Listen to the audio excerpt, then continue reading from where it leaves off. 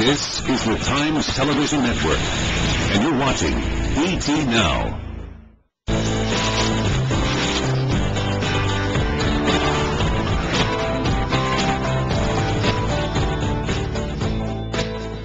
Let me first start by introducing myself. I'm Pradyumna Chatterjee with ET Now, and I'll be the moderator for this session. We have an eminent lineup of panelists. Dr. Sinha, Additional Chief Secretary, Government of Gujarat. Along with him, Mr. Maheshwar Sahu, Principal Secretary, Government of Gujarat. Professor Sudhir K. Jain, Director at IIT Gandhinagar. Mr. Dilip Chenoy, the Managing Director and CEO of the National Skill Development Corporation. Dr. Dinesh Awasthi, Director, Entrepreneurship Development Institute of India. Mr. Akhil, the Center Head of NID. And, of course, Mr. Saurabhbhai Patel, the Hon'ble Minister of State for Industry. Gentlemen, many thanks for joining us this morning. And let me straight away invite Dr. Sinha, who's the Additional Chief Secretary, Government of Gujarat, to kick off this session with the welcome address. At the outset, I welcome you on behalf of Government of Gujarat.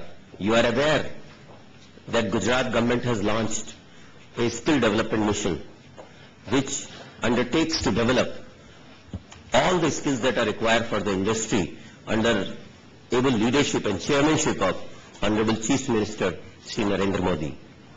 I am very grateful to Honorable Minister Shri Saurabhbhai, who is here, and I once again welcome you all and everyone to this summit. Thank you very much.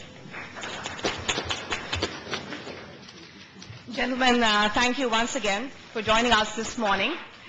And given the backdrop of the topic at hand, let me bring on board and invite the first speaker for you this morning, Mr. Maheshwar Sahu, who's the Principal Secretary, Government of India. He has worked in various field positions and corporations for over 13 years. He spent more than 5 years in the Government of India. And before taking over his current assignment as Principal Secretary, Government of Gujarat, he worked as the Vice Chairman and Managing Director at GIDC, Gandhinagar. Mr. Sahu, may I please invite you? Thank you, Paramita. What I'd like to take you in the next 10 minutes or so, how is Gujarat trying to take up this challenge of industry responsive manpower and the overall scenario of the industrial development in the state.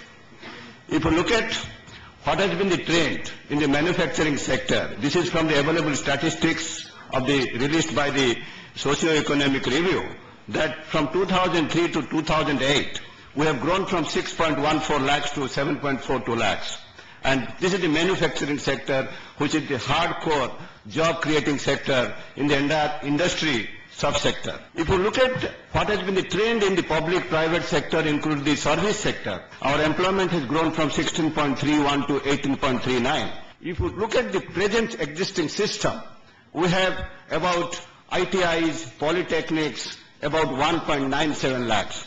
Say about 2 lakhs people, 200,000 people turn out from these ITIs and politics every year. And our statistics tell that in the next 5 years it will be 10 lakhs. About 15% of them, they are employable in the industry. I still remember the Tata Nano project. My dear friend Mr. Puri is here. When they came to the negotiating table, and in 2009, they had put 3 conditions.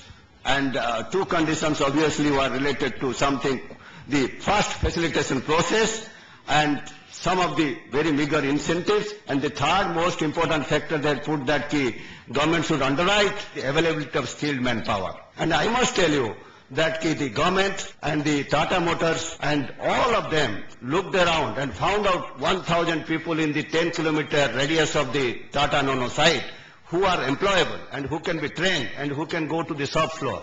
And I must tell you, they trained them for 8 to 10 months depending upon their caliber, and out of them 780 people are on the shop floor today. So that means the industry's requirement, when they see how much priority they give it to this skilled manpower, is very evident. We have a strategy, and this is a 3-pronged strategy. Open up skill development centers for having short-term bridge courses under the PPP mode. Strategy 1. And strategies 2, We have some industrial clusters, GIDCs, SEZs, industrial parks. Open up centers there. Strategy number 3, you open up specialized skill development centers, like in apparel, textiles, gems and jewelry, all these sectors. So, intermingling these 3 categories, then probably we can try to bridge that gap of provisioning of skilled manpower to the people what the industry needs here. With this initiative, where we are, by this time we have mapped out entire state and where the skill operation centers can come. The second category of the estates, GIDC estates where the skill operation centers will come. The entire state it has been mapped, it is about 100. And the SOCs in industrial clusters, it will be around 50. They have been mapped also depending upon the demand of the industry. Then we have a large infrastructure provisioning in the ITIs. And ITIs run traditional courses. We will have skill operation centers in the ITIs and this will be run with the partnership with the industry. Hundreds of such centers have been planned in the entire state. So all together, so these are 300 centers which should be upcoming, and I must say you that till now 50 centers are running now, and the government is committed that by 2012 all these 300 centers should be upcoming. We envisage there will be a growth rate in the industry that can output from that will be about 200,000 people per year. Ladies and gentlemen, these are some of the specialized centers, and with this I think this partnership should be a model for others to emulate, and will solicit the partnership and the cooperation of the industry and all other players in seeing that this initiative of the government goes into some good record and this become a good model for others to emulate. Thank you very much. Mr. Sahu, many thanks. Indeed, the roadmap that has been laid out is a heartening one, I'm sure, to all of you listening, especially if you are from industry, in terms of the plans that the government has set afoot, especially the state government, to set up that infrastructure. 300 centers is what the government is aiming for. However, said that, there are still challenges ahead, and this is where I'm going to invite my next speaker on board, and that's Professor Sudhir K. Jain, the director at IIT Gandhinagar. He's here to speak to us about the challenges and the way forward when it comes to skill development for India's competitiveness. Thank you. Honorable Minister, distinguished guests, ladies and gentlemen, let me first share with you the state of affairs. Every now and then you read in newspaper, a building under construction collapses. Most of the time it is a skill issue. Somebody who is not skilled is doing a certain job that he was not supposed to be doing. You call a plumber to your house and you ask him to fix something and you are dissatisfied. Again, the issue is somebody is doing a plumbing, he is not well trained. I think there are a number of cultural issues here and we need to understand that. We have had traditions of caste and family-based skill development. A carpenter's son has traditionally gone for carpentry. A cook's son has become a cook. A mason's son has become a mason. We also are a very implicit society. What it means is that when somebody comes to my house, I can't ask him, prove that you are a good plumber. There is an implicit understanding that he may be a plumber. So how do we move forward? Some of my earlier speakers have talked about training. We need to do a lot of training programs. But then we also need to have something else. We need to have certification. We need to make sure that somebody else is independently certifying that this particular person is a good mason, or he is a good plumber, or he is a good electrician, or he is a good motor mechanic. And we have to create some kind of an enabling environment where those who are certified, those who are bringing higher level of competence are paid higher wages and are in greater demand. I think the state government of Gujarat has done a great job and they could be showing the way forward for the rest of the country. Thank you very much.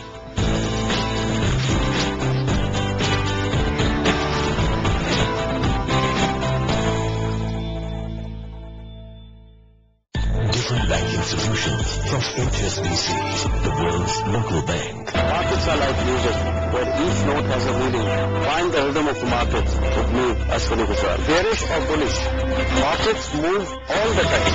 Catch the upswings and protect your portfolio during bear markets with expert chart analysis. Create wealth with India's top technical analysts. Only on ET Now. नमस्कार देवी और सज्जनों, नई दिल्ली की इंदिरा गांधी अंतर्राष्ट्रीय हवाई अड्डे में आपका स्वागत है। कृपया अपनी कुर्सी की पेटी बांधे रखें और विमान के पूरी तरह रुक जाने तक अपने स्थान पर बने रहें। अपनी सुरक्षा के लिए अपने मोबाइल फोन का प्रयोग न करें। ऊपरी सामान कक्ष को खोलते समय सावधानी बरतें। आशा है आपकी यात्रा सुखद रही। हमारे साथ यात्रा करने के लिए धन्यवाद। Because we're always in a hurry. Get superfast wireless broadband with Reliance Net Connect. Now upload heavy files, transact, video chat and do more at unbelievable speeds.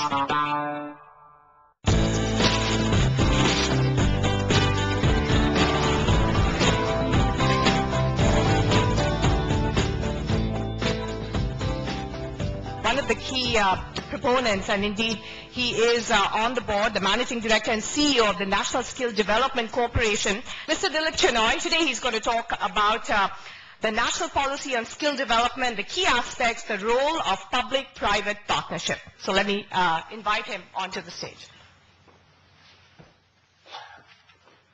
Honorable Minister, distinguished dignitaries and Vyas, ladies and gentlemen. How many of you are aware of the National Skills Policy? Just raise your hands. So that's less than 10% of people in the room. So I'll just spend a little more time on the National Skills Policy, and the whole focus is on role of public-private partnership. The skill policy talks about coordination between different ministries, the center, states, public and private providers. What is very interesting, the skill policy has recognized the key role of public and private providers. It is also decided that there will be no discrimination between private or public delivery. The choice, competition and accountability would be there. It is also talking about sharing of infrastructure. You need not always create new infrastructure. You can look at public institutions like high school, the ITIs which we talked about, or other public buildings which could be used after work or after class hours for skill development by the private sector without disturbing the normal working. I think as part of the National Skills Policy, the NSDC was set up to provide link financing to outcomes and focus the funding on candidates.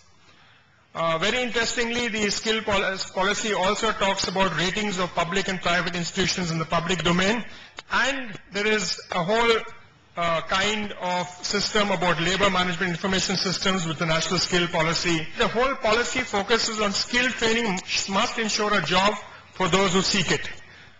So one of the important things, and you heard Professor Jain talk about certification, about industry responsive skill development. And what the National Skill Policy talks about is that there will be sector skills councils set up which would identify the skill development, will do a skill development plan for the sector, will determine the skill competency standards, what you talked about, and also look at participation in affiliation, accreditation, examination and certification. Let me spend the next 2 minutes on the National Skill Development Corporation. Under the skills policy, there's a Prime Minister's National Skill Council for Development. It has a National Skill Development Coordination Board, which is chaired by the Deputy Chairman of the Planning Commission, has some state governments, the 17 ministries, and NSDC. NSDC, again, is a public-private partnership. It has been seed funded by by the government for about 1,000 crores, 135 million pounds, and the target is to skill 150 million by 2022. We also create the sector skills councils and quality assurance information systems and train the trainer. We fund any organization. We fund up to 75% of the project. It's debt at subsidized rates and moratorium. We also invest in equity. There is limited grant funding only in very select cases. It is an ideal way for the governments to come together and actually look at scaling this up. So what have we done? We funded 10 projects, approved 18 projects. The total investment over 4-year period will be about 400 crores. They will train about 150,000 people in the first year, but over a 10-year period, they will scale 22.82 million. And the training capacity that they'll create is about 4.8 million. That is more than what existed in the country till 2 years ago. So it is important that while the government is doing what it is doing, it is important for the private sector to actually step in and build partnerships to take this forward. NSDC would be very happy to work with you, would be very happy to extend our partnership with the government of Gujarat and take you around this journey in skilling or making Gujarat the skills capital of India. Thank you very much for this opportunity. And take you around this journey in skilling or making Gujarat the skills capital of India. Thank you very much for this opportunity.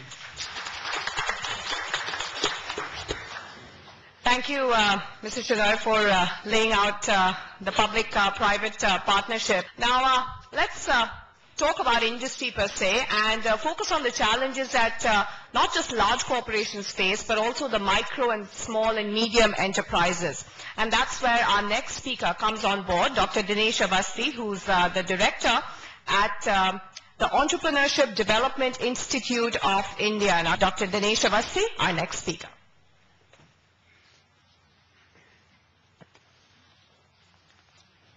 Hon'ble Minister Shri Saurabhbhai Patel, my colleagues from Vyas, ladies and gentlemen. Sir, I have been looking at the statistics. One thing which intrigues me, that everybody is talking about skills, but nobody really knows how many persons are required in which sector and where. If you talk to chemical industries, they will say very high shortage. But how much shortage, nobody knows. I think it is high time that NSDC must take up the issue of skill mapping. What is the status of skill mapping and how many persons are required where? As far as public-private sector is concerned, I'm afraid it is working under capacity. The other issue is in our 6,800 IITs, 7,000 vocational institutions, total capacity is about 3 million, that is 30 lakhs. And as per statistics, the inflow of people who will be untrained, unskilled in the market will be 8 million every year. So there is a gap of 5 million persons to be trained, which we do not have anywhere with us, despite all our paraphernalia. We have talked about only one side of SMEs, and that is people who will be working for micro and small enterprises. But the other very important segment which we have not touched so far is the small and medium segment itself. A lot of people start industries without any training, without any capacity, and within 1,000 days of its operation, they fall sick. I think besides talking of skill development for laborers, we must also talk about capacity building of entrepreneurs themselves. The other issue which I would like to flag is the kind of skill requirement and who sets up these curricula and all those things. I think there is a serious need that industry participates in setting up and developing curriculum itself. Now, I talked to industry people and I had a benefit of evaluating a UNDP project of skills in Orissa and Jharkhand. Whenever I went to industries, they said, no sir, ITI people are not worth employing, they are not employable, because they are being trained on the equipments which were set up in 1956. If this is the situation, we have infrastructure of 6,800 ITIs, what we are doing about that. So my take with 2-3 things which I would summarize and stop talking about is that 1, we should do skill mapping very seriously. Number 2, there has to be a capacity building program at a large scale for entrepreneurs, those who are already into businesses. Number 3, there has to be a focus on the programs for those who want to enter into micro enterprises and small enterprise sector. So this is what my take is, sir. Thank you very much for this very passionate hearing. Thanks a lot.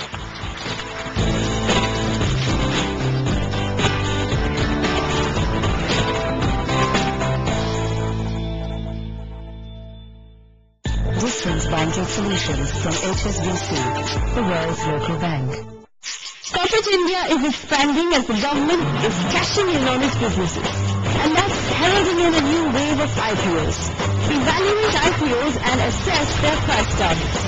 Through management interviews, agency ratings and a merit checklist that will keep you informed and IPOs validated. Monetize new prospects in the market with all about IPOs only on ET Now. brought to you by India's super-fast wireless broadband, Reliance Net Connect. Microsec, faith that never misleads. There hasn't been no positive news, I would say. There's been some positive news, and one positive place has been India, which, of course, went through this financial crisis brilliantly, but without much effect that we could see on the financial services industry in India. Catch J. Christopher Flowers in an exclusive conversation on ET Interview, only on ET Now.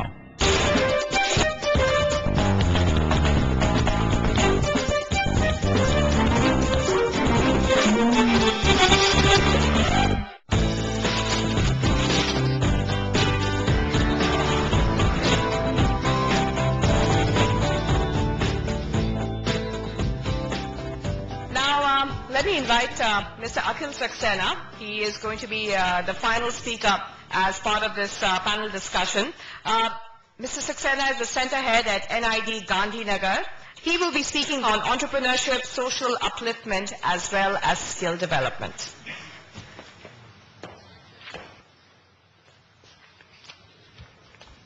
Good morning, Mr. Sir, distinguished speakers, ladies and gentlemen. Well, today's topic, industry responsive skill development. I'm happy that this topic has come up, because what we started at NID 50 years back was something of the similar line. But that was a time when not many people understood our experiment. And 50 years, I believe, and we believe that what we have started in 1961 is giving dividend, and it has helped industry in many ways. There's a bit of a history, because our institute came into being after a study which was conducted by American designers Charles Eames and Raines. They were invited by the government of India to help industry at that point, because the inner industry was not doing very well. So they took their help just to suggest what can be done. And one of the suggestions was to create one institution like NID, which will take care of research and service to the industry. We have about 2,000 plus alumni who are working in different industries, and they are entrepreneurs. Currently we are having 900 students on the campus. We have 60 full-time faculty members. Then we have activities which is an industry training program and projects. Then we have design consultancy wing, where we take live projects from the industry, where students and faculty both work.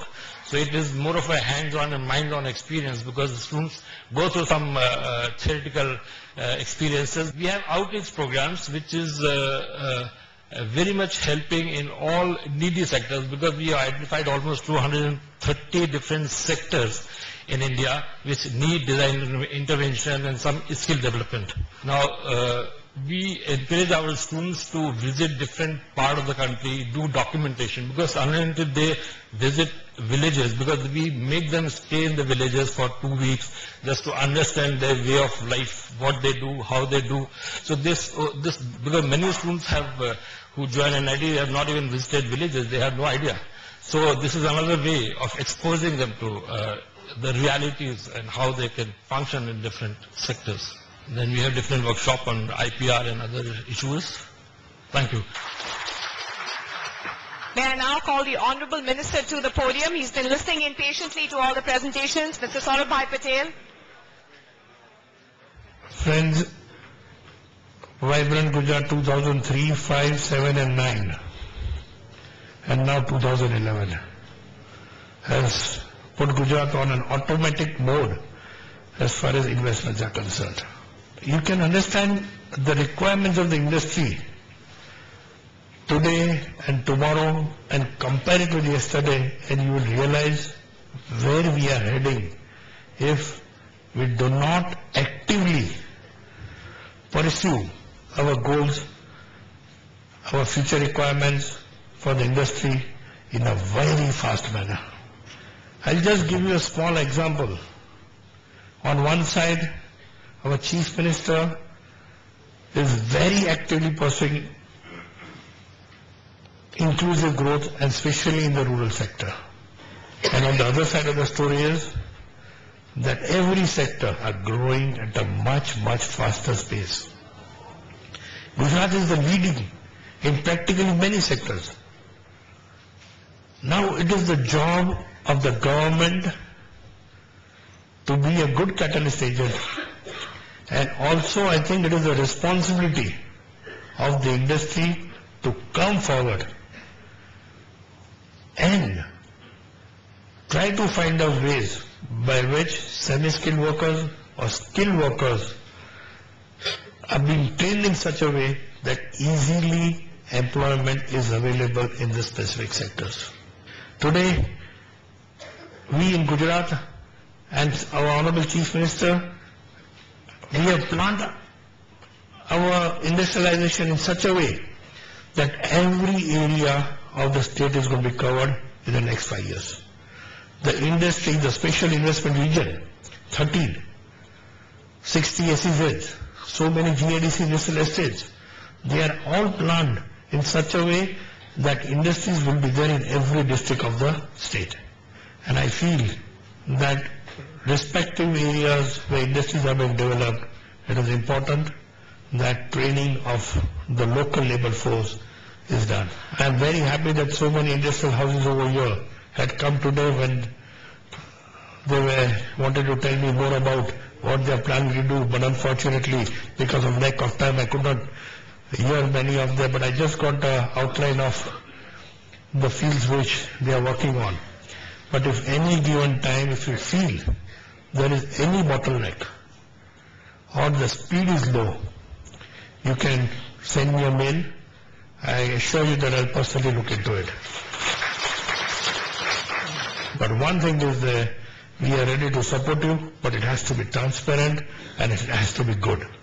We cannot have second-class training. We have to have number one training if we want to be the leaders of tomorrow. If we want to compete the industrialized nations of the world, we have to have the best for our students. And once again, congratulate you over here for taking up this responsibility. Thank you.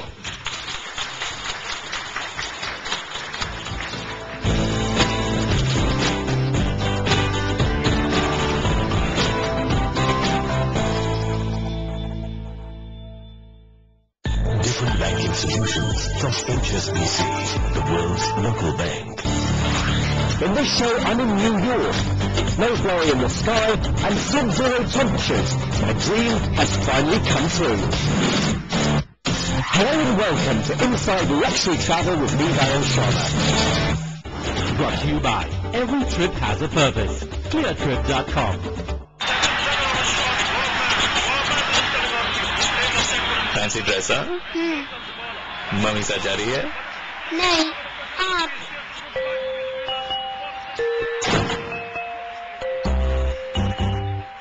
Kids' fancy dress or crucial cricket match? Why not both? Now record 200 hours of live TV and watch it whenever you want. Only on Reliance High Definition Digital Video Recorder.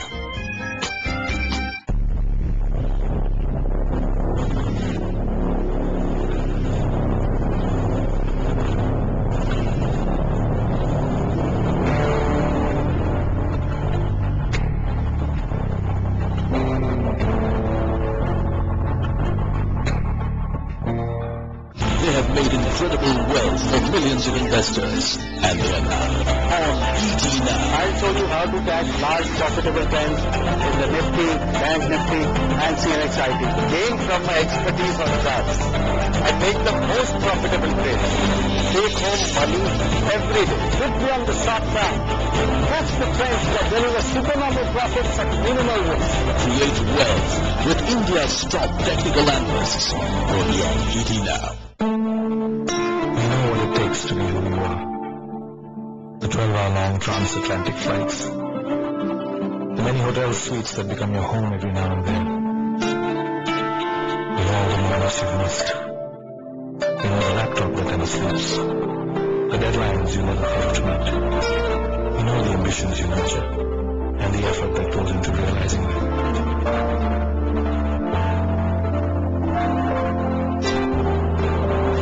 ASK Wealth Management. Over 25 years of financial expertise.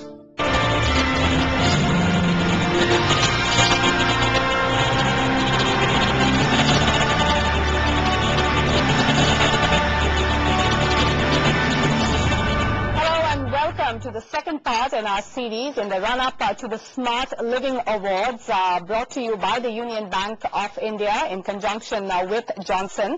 And as a precursor to the awards, we are holding this special discussion in which we will focus on the topic of the paradigm shift in housing. While property prices, especially in the residential arena, have recovered from the trough that they had hit in the last 2 years or so, however, there are challenges ahead, especially in the form of rising interest rates and possibly waning consumer demand. So how should you